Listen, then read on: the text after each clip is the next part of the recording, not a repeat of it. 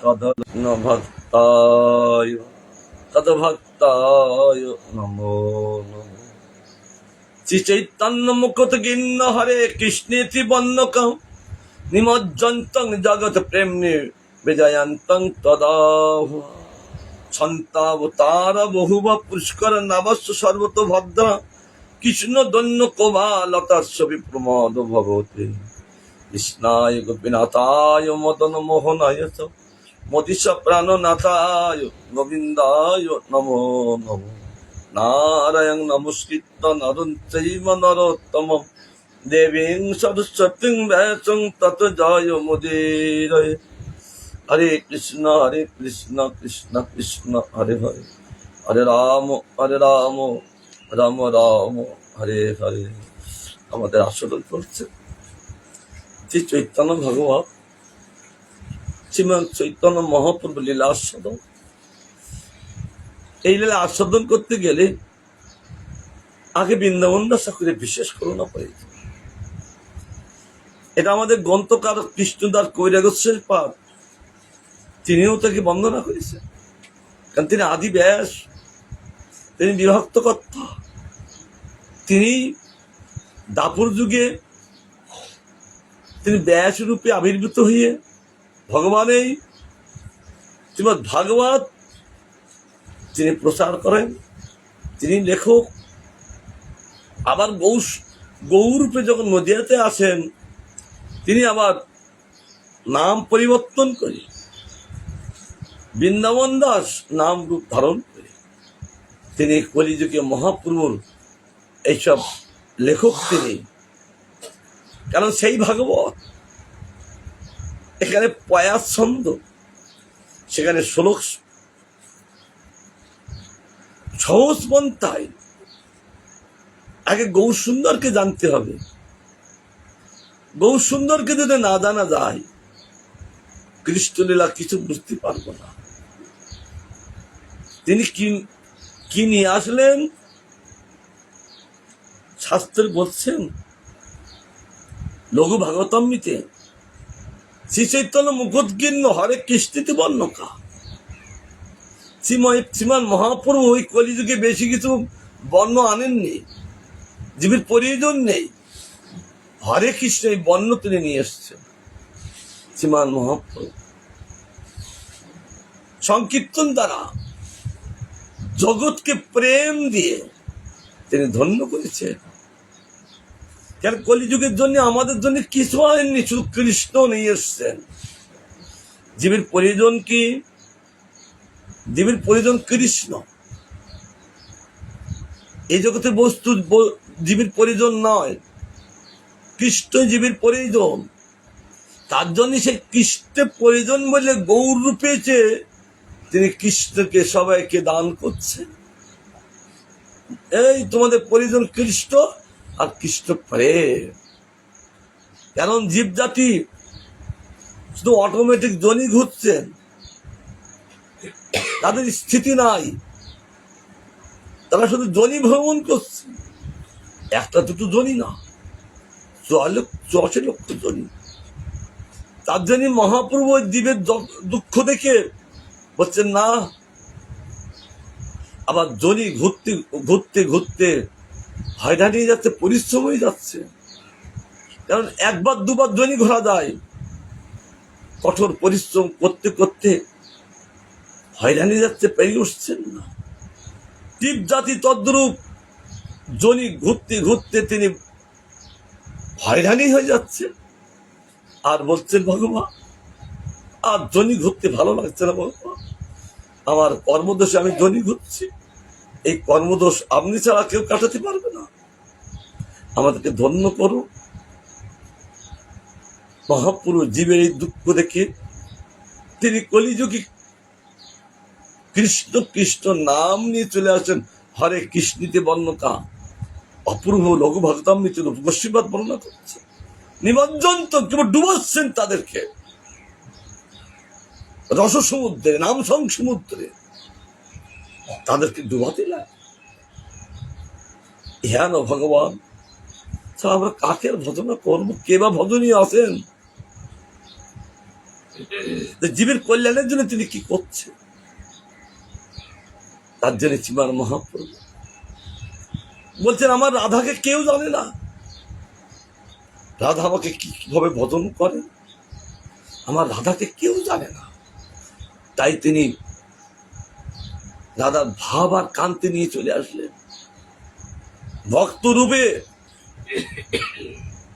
ভক্তরূপ শ্রী গৌরচন্দ্র গদানন্দ সাহেব ভক্তরূপে তিনি রাধার ভাব আর কান্তি নিয়ে তিনি জগতে রাধার মিশন খুললেন। রাধাকে না জানলে ভজন সাধন কোনোদিন হবে না, আগে রাধাকে জানো। কিভাবে আমাদের কৃষ্ণ ভজন করতে হয়, রাধা এলেন তার প্রতিমূর্তি। কৃষ্ণ ভজন করতে গেলে আগে রাধাকে জানতে হবে। রাধার করুণা হলে আবার অনায়াসে কৃষ্ণ ভজন লাভ করা যাবে, আগে রাধাকে জানো। তাই শ্রীমান মহাপ্রভু রাধার মিশন খুললেন আর নাম দিলেন কি গৌরী। ও গৌরী শব্দে রাধা, এই জগতে রাধার মিশন, তিনি রাধার প্রচার করেছেন গৌর সুন্দর। তার জন্য এই ভাগবত সিদ্ধান্ত, আবার এই চৈতন্য ভাগবত, এসব ভাগবত সিদ্ধান্ত ভগবান যেখানে যেখানে লীলা করেন তিনি ভাগবত সিদ্ধান্ত লীলা করেন প্রমাণ দিয়ে।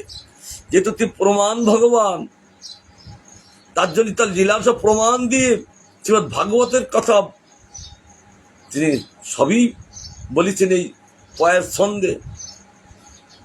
তার জন্য কৃষ্ণদাস কবিরাজ গোস্বামী পাদ তিনিও বন্দনা করেছেন, কারণ তার করুণা ছাড়া চৈতন্য কথা বর্ণনা করা যাবেন না, এই এতেই লেখা আছেন।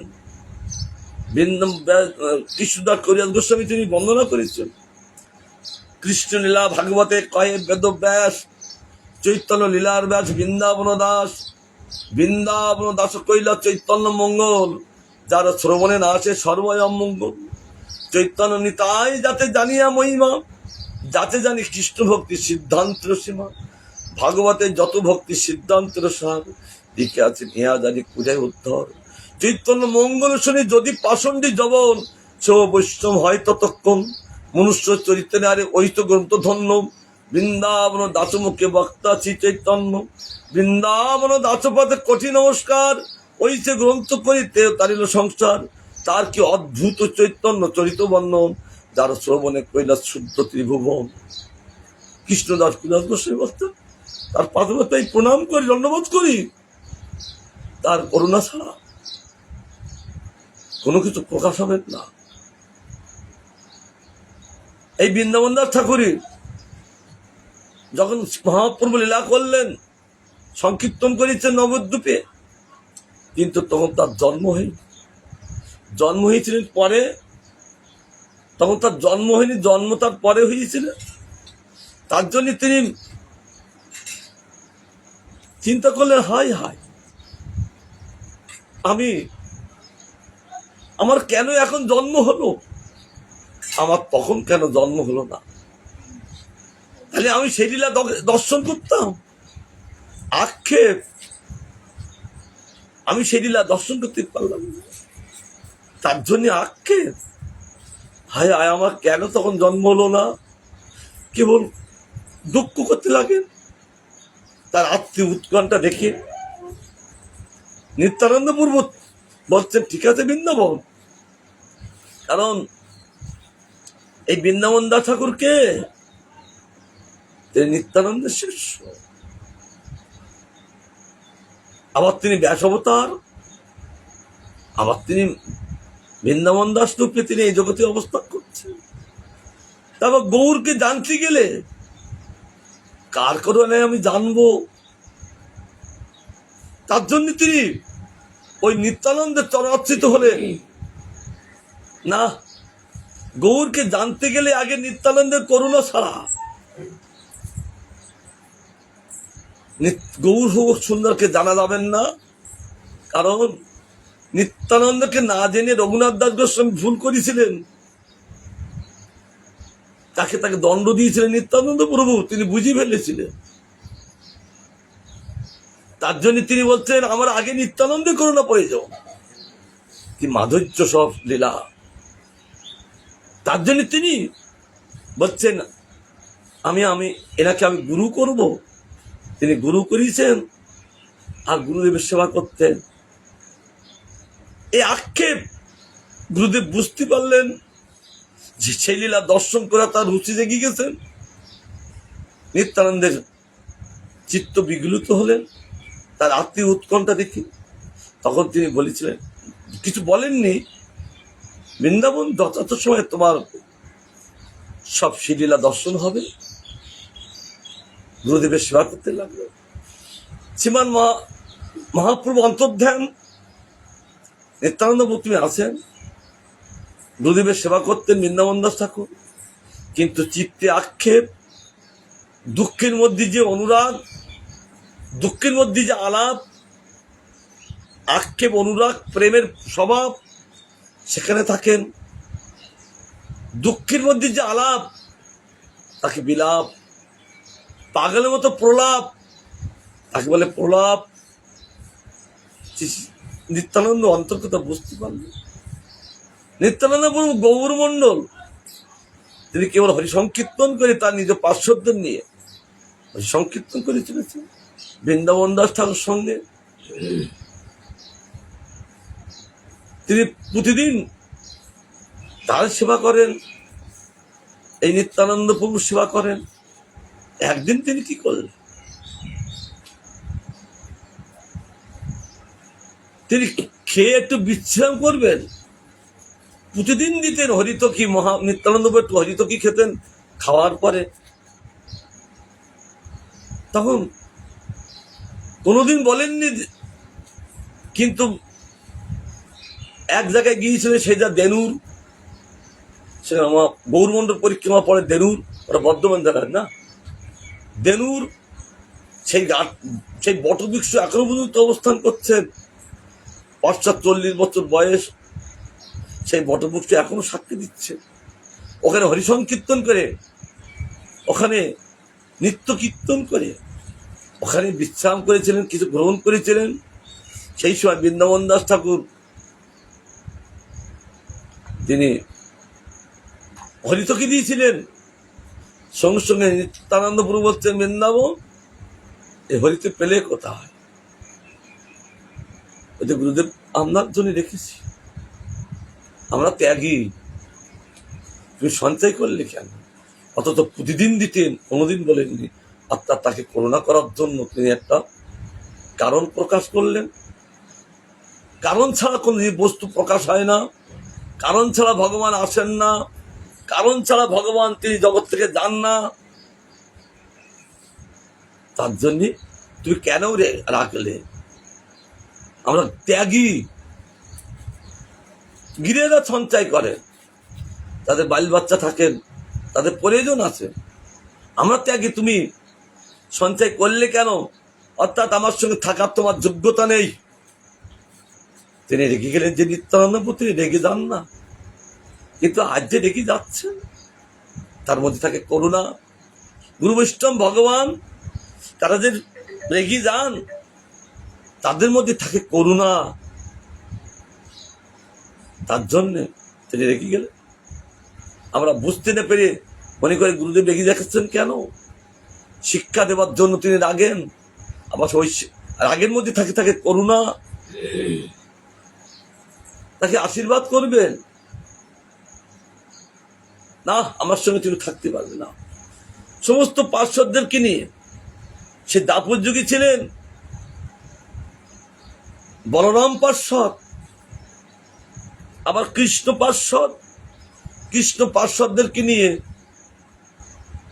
তিনি যেখানে একটা বৈঠান করতেন তার নাম ছোট বৈঠান।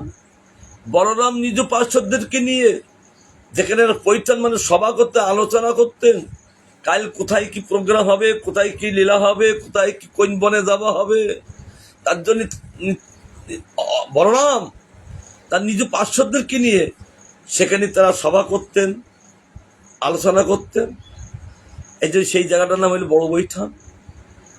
সেই নিত্যানন্দপুর পার্শ্বদ তারা সব কলিযুগী আবির্ভাব, সেই গৌরসুন্দরের পার্শ্বদ তারা কলিযুগী আবির্ভাব। এখন তারা কোথায় আবির্ভাব হলেন? নিত্যানন্দপুর একটাকা গ্রামে আবির্ভাব হলেন, আর তার নিজ পার্শ্বদ সব আশপাশ তাদেরও আবির্ভাব হলেন। আবার নদিয়া আসলেন সব নিয়ে, তাদেরকে নিয়ে তিনি হরি সংকীর্তন করে চলেছেন, আর বৃন্দাবন দাস সব সেবা করে চলেছেন।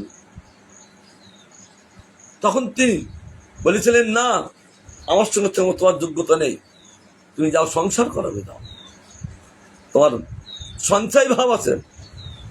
তাকে উপেক্ষা করে চলে গেলেন নবদ্বীপে, সেই দেনুর গ্রামে তিনি সেই বটবৃক্ষর তলায় বসে কেবল অধর নয়নে কাঁদতে লাগলেন, হে গুরুদেব, তো আমি আমার জন্য কিছু করি নাই, সব আমরার জন্য। তিনি কাঁদতে লাগলেন, গুরুদেবের সেবাতে বঞ্চিত। কাঁদতে কাঁদতে আত্মীয় উৎকণ্ঠা ভরে গেলেন। অর্ধরাত্রে নিত্যানন্দ প্রভু বলছেন, হে বৃন্দাবন দাস, তোমার কোনো অপরাধ নাই, এটা আমার ইচ্ছা। তুমি যে অন্তরে গৌর সুন্দরের লীলা, যে তুমি সংক্ষিপ্ত লীলা দর্শন করতে তুমি ইচ্ছা করিছ, সেটা আমি তোমাকে দেখাবো। তবে তিনি যে লীলা করেছেন, সেই লীলাগুলো গ্রন্থকার তুমি কিছু প্রকাশিত করো। তিনি বলতেন, হে গুরুদেব, আকাশবাণী, হে গুরুদেব, আমি তো সেই লীলা দর্শন করি নাই, আমি কি করি সেই লীলা আমি বর্ণনা করব? গুরুদেব বলছেন আকাশবাণীতে, আমি তোমার আশীর্বাদ করি, সব লীলা তোমার স্ফূর্তি হবে। আশীর্বাদ করলেন নিত্যানন্দ প্রভু। দেখতে দেখতে সমস্ত লীলা তার স্ফূর্তি চোখের সামনে দেখতে লাগলেন। গোটা নবদ্বীপ সংকীর্তন যাত্রা, যে মহাপ্রভু সমস্ত নিজ পার্শ্বদেরকে নিয়ে কেবল সংকীর্তন যাত্রা করেছে, সব তাকে দেখালেন। গুরুদেবের করুণাও হলে কি না হয়, তার আশীর্বাদ পেলে কি না লাভ হয়। আর সাক্ষাৎ বৃন্দাবন দাস ঠাকুরকে সেই আশীর্বাদের দ্বারা সমস্ত চৈতন্য মহাপ্রভু সমস্ত লীলা তাকে দর্শন করালেন। আমরা মনে করি, আমরা যদি এরকম দর্শন করতে ইচ্ছা করি, আশা করি আমাদেরও দেখাবে। তার লীলা নিত্য, তার সেবক নিত্য, তার ধাম নিত্য, তার নাম নিত্য, অর্থাৎ তাকে দেখা যায়। তার জন্য তিনি দেখাচ্ছেন বৃন্দাবন দাস ঠাকুর। সব লীলা বৃন্দাবন দাস ঠাকুর অবাক। শুধু এইটুকুই লীলায় নয়, অনন্ত লীলা করে চলেছেন, যেহেতু তিনি অনন্ত ভগবান।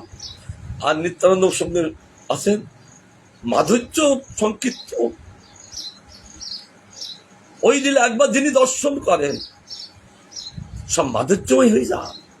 সমস্ত কর্ম ফেলে দিয়ে ওই সংকীর্তন দর্শন করেন।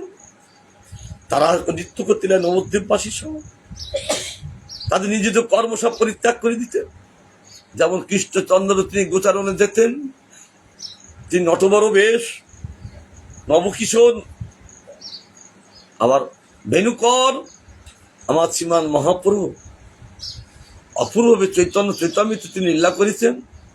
কৃষ্ণের যতক লীলা সর্বোত্তম নরলীলা, নরবপু তাহার স্বরূপ। তিনি গোপবেশ, বেণুকর, নবকিশোর, নটবর, নরলীলার হয় অনুরূপ। শ্রীমান মহাপ্রভু নিজেই তিনি বর্ণনা করেছেন চৈতন্য চৈতন্যতে। সেটা কৃষ্ণদাস কবিরাজ গোস্বামীপাদ সেটা চৈতন্য চৈতন্য বর্ণনা করেছেন। কারণ তার যত লীলা আছে না কেন, বহুরূপে লীলা করেছেন, কিন্তু নররূপের মতো লীলা, এত মাধুর্য লীলা আর এত সুন্দর হয়নি। সর্বোত্তম নরলীলা। আবার তিনি নরবপু ধারণ করলেন, নরশরীর। আর কি তিনি গোপবেশ, তিনি গোপ, সঙ্গে সঙ্গে বেণুকর। আবার তিনি নবকিশোর, অর্থাৎ নূতন কিশোর বয়স তার, নিত্য নবকিশোর বয়সে তিনি অবস্থান করেন। তার এত সুন্দর ভাব। আবার নবকিশোর নটবর। প্রেম কখনো হাঁটে না, প্রেম নৃত্য করতে থাকেন। প্রেম এমন একটা বস্তু, কেবল নৃত্য করেন। গোবিন্দ চলছেন গোচারণে, নাচতে নাচতে প্রেম নাচে, আবার নামও নাচেন, জীবও নাচেন।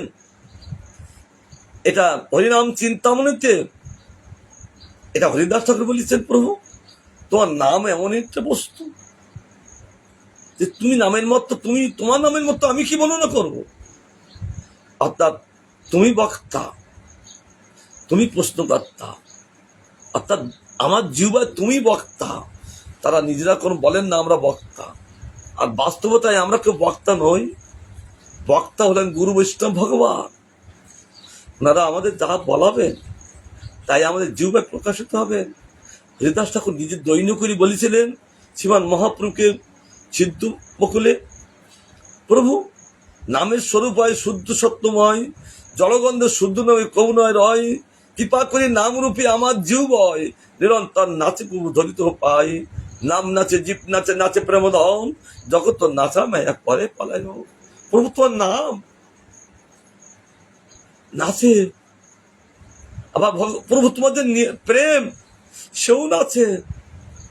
এই জীবায় তোমার নাম নাচছেন, আবার প্রেম নাচছেন, এই দিকে জীবাও নৃত্য করতে লাগলেন।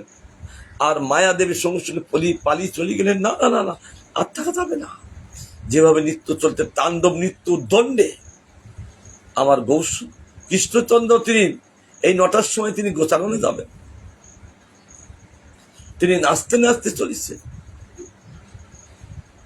সখা গোবিন্দ নাচছেন, আবার সখারাও নাচছেন। তারা নটবর, তারাও নবকিশোর। আবার গাবিগর, তারাও নবযৌবনা, নতুন গাবি, তারাও নাচছেন। কি অপূর্ব মাধুর্যময় করে গোবিন্দ গোচারণ চলেছে। সমস্ত ব্রজবাসীগণ ওই দেখে নিজের নিজের কর্ম ফেলে দিয়ে কেবল দেখতে লাগলে কি মাধুর্য ভাবে তিনি চলেছেন, সকলকে সুখী করে চলেছেন। ঠিক আমার গৌর সুন্দর তিনি হরিসংকীর্তন করেছেন। সমস্ত নবদ্বীপবাসীকে হরিসংকীর্তন শুনিয়ে দেখিয়ে তাদেরকে সুখী করে চলেছেন। বৃন্দাবন দাস সব তিনি দর্শন করতে লাগলেন। সেই ভগবান এসেছেন, তিনি সব দর্শন করতে লাগলেন। কি প্রেমময় ধাম, পরমানন্দে ভাসতে লাগলেন। কিন্তু কত বর্ণনা করবেন?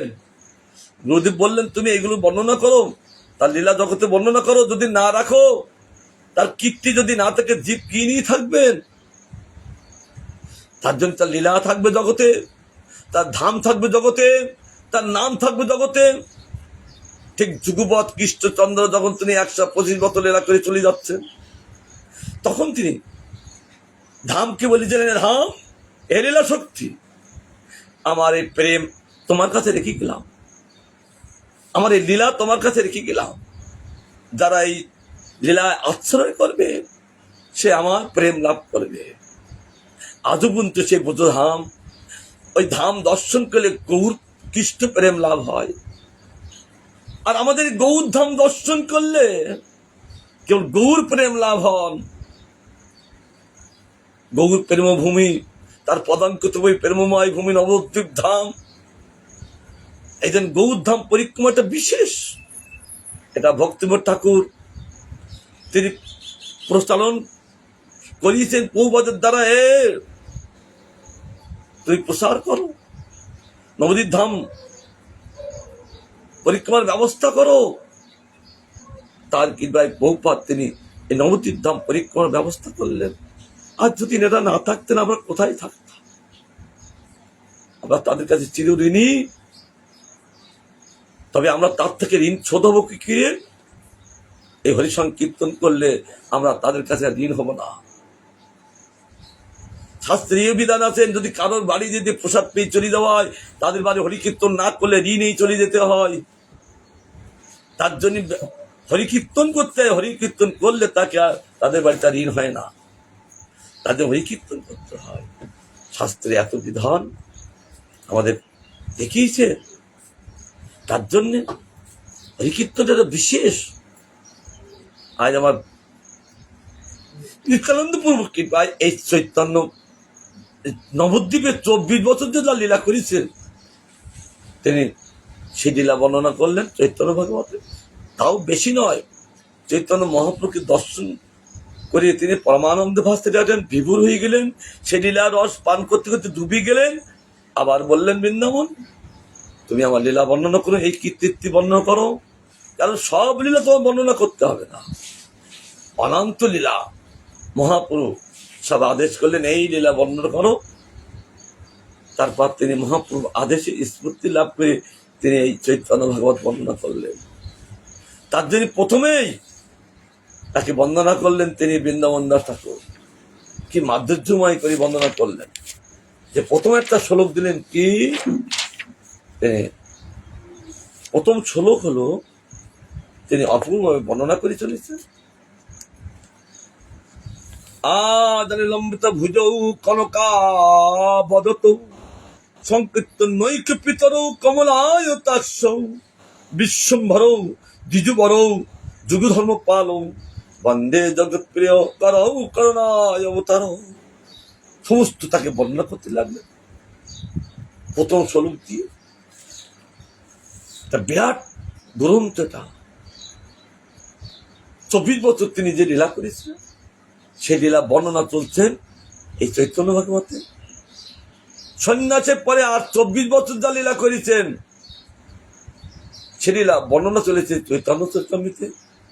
আর সন্ন্যাসের আগে যে 24 বছর নবদ্বীপবাসীদেরকে প্রেম দিয়ে ধন্য করেছেন, যার জন্য আমি এসেছি নবদ্বীপে, সে কার্য পরিপূর্ণ হলো। অর্থাৎ এইবার আমি নিজ কার্য আমি করতে এসেছি, বাধা ভাব আস্বাদন করার জন্য। তাদের কিভাবে আচরণ করতে হবে, সন্ন্যাস নিয়ে তদেকাত্মারূপে তারপর সেই ভাব আস্বাদন করেছিলেন। কি মাধুর্যময় কথা! তাই বৃন্দাবন দাস ঠাকুর তিনি অপূর্বকে বর্ণনা করে চলেছেন। আদালে অমৃত ভুজো, তিনি দাঁড়ালে এই হাতটা জানুর নিচে চলে যান। আমাদের পৌপাদেরও ছিলেন, জানুর নিচে হাত চলে আসতেন। হ্যাঁ, মহাপুরুষের লক্ষণ। পৌপাদ আদালে অমৃত ভুজো, হাত এত লম্বা, তিনি জানুর নিচে, এই হাঁটুর নিচে চলে যাবে হাত। আমরা মহাপ্রভু তদ্দ তিনি 32টা লক্ষণ তার পরিপূর্ণ অবস্থান করছেন। তিনি আদালে অমৃত ভুজো, হাত এত লম্বা, কনকাবদাত স্বর্ণকান্তি রূপ মূর্তি তার। কি অপূর্ব মাধুর্য তার মূর্তি! এই 14 লোক, এই 14 ভুবনে যত সোনা আছেন সব লোকে সোনা পাওয়া যায়, স্বর্ণ পাওয়া যায়। আর পাতালও স্বর্ণ আছেন। সেখানে যেখানে বলি মহারাজ আছেন সুতলে, সেখানে একটা স্বর্ণ আছেন হাতক সোনা। সকল কি প্রকাশিত করে অবস্থান করতেন এমন স্বর্ণময় কান্তি আমার শ্রীমতী রাধারানীরও তাই। তত্ত্ব কাঞ্চন গৌরাঙ্গী, স্বর্ণ যেমন আগুনে থাকলে তার উজ্জ্বলতা, আমার রাধারানীর তত্ত্ব সেই উজ্জ্বলতা সবসময় সেই ভাব। সোনাকে কিন্তু নিন্দিত হাটক কান্তি কলে বড় গর্বিত মার তোমার, সে নিন্দিত হয়ে গেলে সমস্ত স্বর্ণ। আর এখানে গৌ সুন্দর অঙ্গকান্তিতে সমস্ত স্বর্ণ জগতের সব নিন্দিত হয়ে যাচ্ছেন। অর্থাৎ তার মতন এরম কনক কান্তি রূপ এই জগতে কোনো সোনার নাই। তার জন্য বর্ণনা করেছে কনকা বদাত। কি দিগদর্শন, কি বর্ণনা! আমরা বুঝতে পারি না, তাই আমরা আস্বাদন পাই না। এগুলো বুঝতে পারলে আস্বাদন আর আস্বাদন কেবল রসময় বস্তু লীলা। তার লীলা রসময়, তার নাম রসময়, তার ধাম রসময়, তার প্রেম রসময়। কেবল পান করতে থাকেন ভক্তগণ নিরন্তর। লীলা রস একটা আস্বাদন বিশেষ। তাই তিনি বর্ণনা করে চলেছেন কনকা বদাত। সেই সুতলে হাটক সোনা, সেখানে কি সোনা? নাম হাটক সোনা নাম হলেন কেন? সুতলে বলি মহারাজ যেখানে অবস্থান করছে, ওখানে একটা জম্বু গাছ আছে, জাম গাছ। এই বড় বড় ফল, তার আটি নেই, খোসা নেই, কেবল রসময়। কেউ খায়ও না, খাবার লোক নেই, নিজেরই তো ভগবত ধ্যানে তৎপরতা। কিন্তু ওই ফল গাছে পেকে টপ টপ করে পড়ে, বিরাট বড় জাম গাছ। আর ওই জামের পড়িয়ে একটা নদী বেরিয়ে যাচ্ছেন, এত জামের রস, কারণ আটি নেই, খোসা নেই, বড় বড় জাম, বিরাট গাছ, একটা নদী। এই জন্য যমুনদ, যমু নদী, জাম থেকে ওই নদীটা প্রবাহিত, জাম্মু নদী বয়ে যাচ্ছেন। আবার সেখানে হেম পাওয়া যায়, স্বর্ণ, সেই জামের এর থেকে একটা স্বর্ণ পাওয়া যায়, তার হেমস্বর্ণ, হাতক সোনা। 14 ভুবনে যে সোনা আছেন, ওই হাতক সোনার মতন এত উজ্জ্বলতা নেই। কিন্তু আমাদের গৌর সুন্দরের কাছে সেই হাতক সোনা নিন্দিত, হাটক কান্তি কলে বড় গর্বিত মারক মারা। সেই হাতক সোনা পর্যন্ত গৌর সুন্দরের অঙ্গ কান্তির সঙ্গে নিন্দিত হয়ে গেলে, এমন তিনি স্বর্ণকান্তি। আর কি সংকীর্তন নৈক পিতর, তিনি সংকীর্তনের পিতা। শোনা গিয়েছেন তার কি পুত্র ছিল? 2 বার বিয়ে করলে তার পুত্র হয়েছিল, কোন জায়গায় লেখা আছে না। কিন্তু বৃন্দাবন দাস বর্ণনা করছেন সংকীর্তনের পিতা। তাহলে তার পুত্র আছেন কে? এই সংকীর্তনের তার পুত্র, বলছেন তার এই সংকীর্তনের পুত্র। এই পুত্রের দ্বারা তিনি জীব জাতিকে সংকীর্তন করিয়ে জগৎকে ভুলিয়েছেন। আগে জগৎকে ভুলে দিবেন, আমি কে, তাকে সেই ভাব প্রকাশ করলে আমি তো কৃষ্ণের দাস। ওই সংকীর্তন রসের দ্বারা এই জগতে মাইক জগৎ তাকে ভুলিয়ে দিলেন, অন্তর্জগৎ প্রকাশিত করলেন সংকীর্তনের দ্বারা। জীব শোধিত হন। সংকীর্তনটা একটা ফিল্টার মেশিন। ফিল্টার মেশিন যেমন জলকে ফিল্টার করেন, আর এই সংকীর্তন হলে জীব জাতিকে ফিল্টার করে শোধিত করে দেয়। কি মাধুর্যময় রয়তা, জীব জাতিকে ফিল্টার করে দেয়। আর কি করেন? ভগবান সবাই নিযুক্ত করে দেন জীব জাতিকে। এই পুত্র, সংকীর্তন পুত্র, ওই তাকে শোধিত করিয়ে গোবিন্দ গৌরীর সেবা নিযুক্ত করে দেন। যাও, আমার পুরুষ, আমার পিতার সেবা করা তোমার অধিকারে এসেছেন। যতক্ষণ পর্যন্ত সংকীর্তন পুত্র, যতক্ষণ পর্যন্ত জীব জাতিকে শোধ না করবেন, ততদিন সংকীর্তন করতে পারবেন না, আর গৌরী সেবা করতে পারবেন না। কি মাধুর্য কথা! তার জন্য ওই সংকীর্তন পুত্র জীব জাতিকে শোধিত করে দিলেন ফিল্টারের জলের মতন। তারপর চলে যাও আমার পিতার কাছে। আর পিতার কাছে গেলে তিনি যে আজ কলিযুগে কৃষ্ণ প্রেম নিয়ে এসছেন, তাদেরকে কৃষ্ণ প্রেম দিয়ে ধন্য করে দিতে লাগলেন। তাই তিনি পিতারও কমলাও তার চোখ দুটো কি অপূর্ব মাধুর্যময়।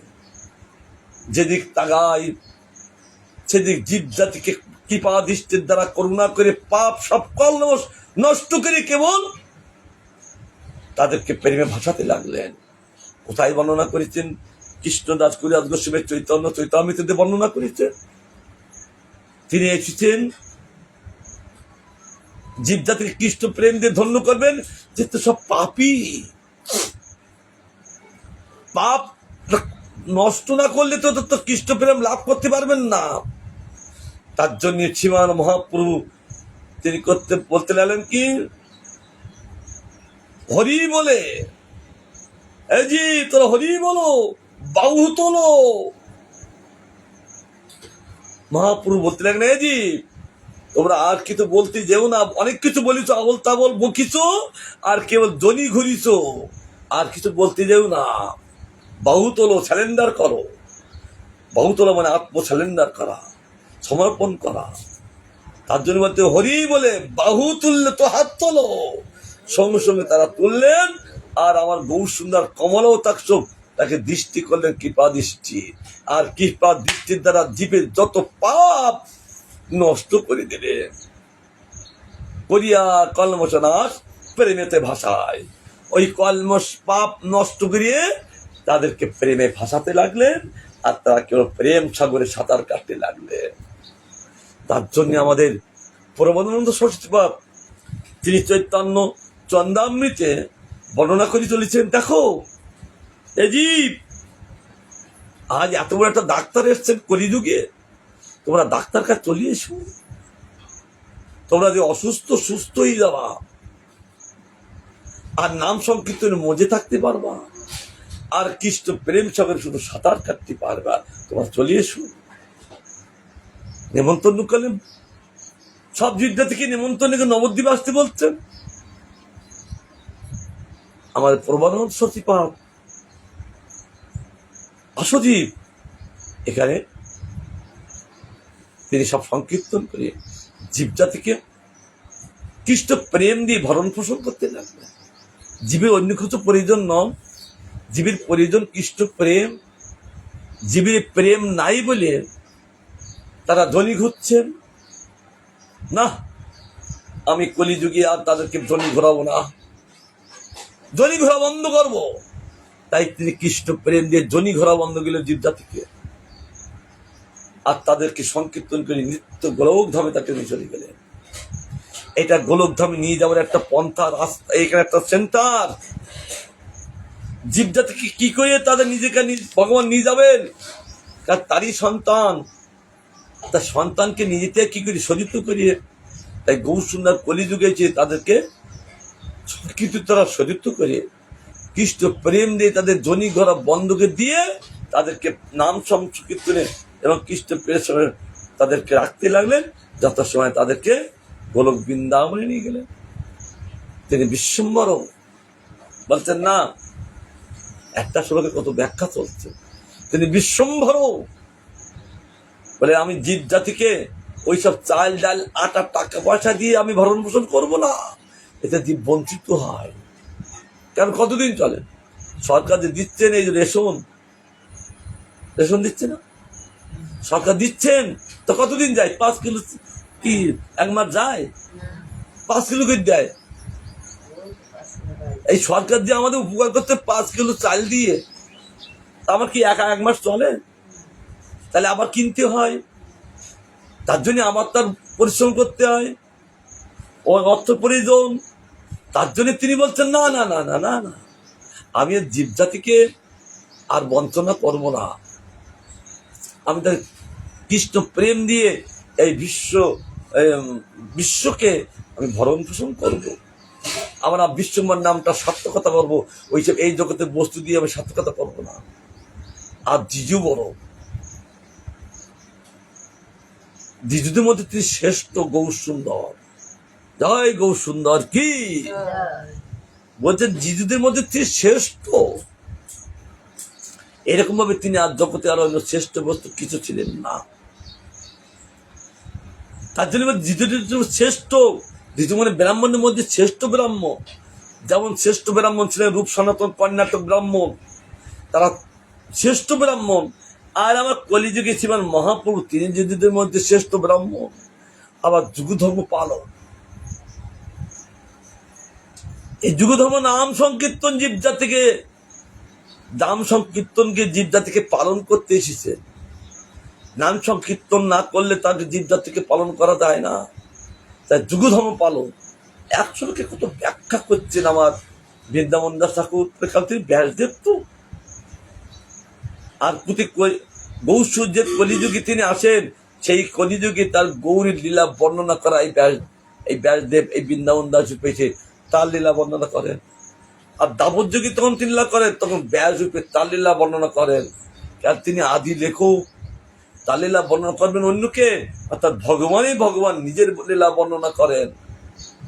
এই বৃন্দাবন দাস অন্যকে একসর্বে তিনি অবতার, ভগবত সত্যমের অবতার।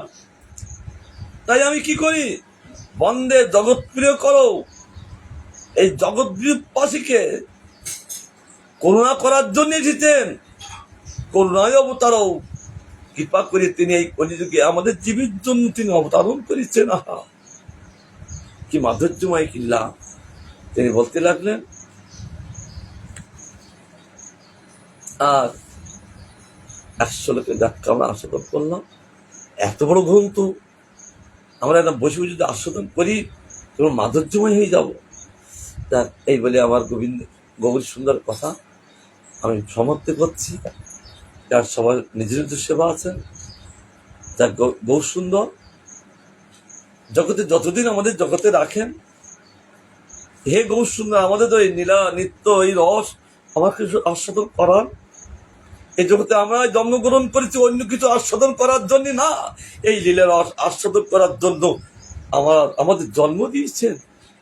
এই কলিযুগে গৌর সুন্দরের লীলা আস্বাদন করার জন্য। তাই আমরা গৌর সুন্দরের কাছে প্রার্থনা করি, আমাদেরকে তুমি সমস্ত নবদ্বীপবাসীদের কেবল এই লীলা পান করিয়েছ, আমাদেরকেও পান করান। আমরা বালক, আমরা পান করতে পারি না। মা যেমন বালককে ওই পান করান, তদ্রূপ আমাদের পিতা স্বরূপে মাতা স্বরূপে আমাদেরকে এই লীলারস পান করান। বাঞ্ছাকল্পতরুভ্যশ্চ কৃপা সিন্ধু বিবচ পতিতানাং পাবনেভ্যো বৈষ্ণবেভ্যো নমো নমঃ।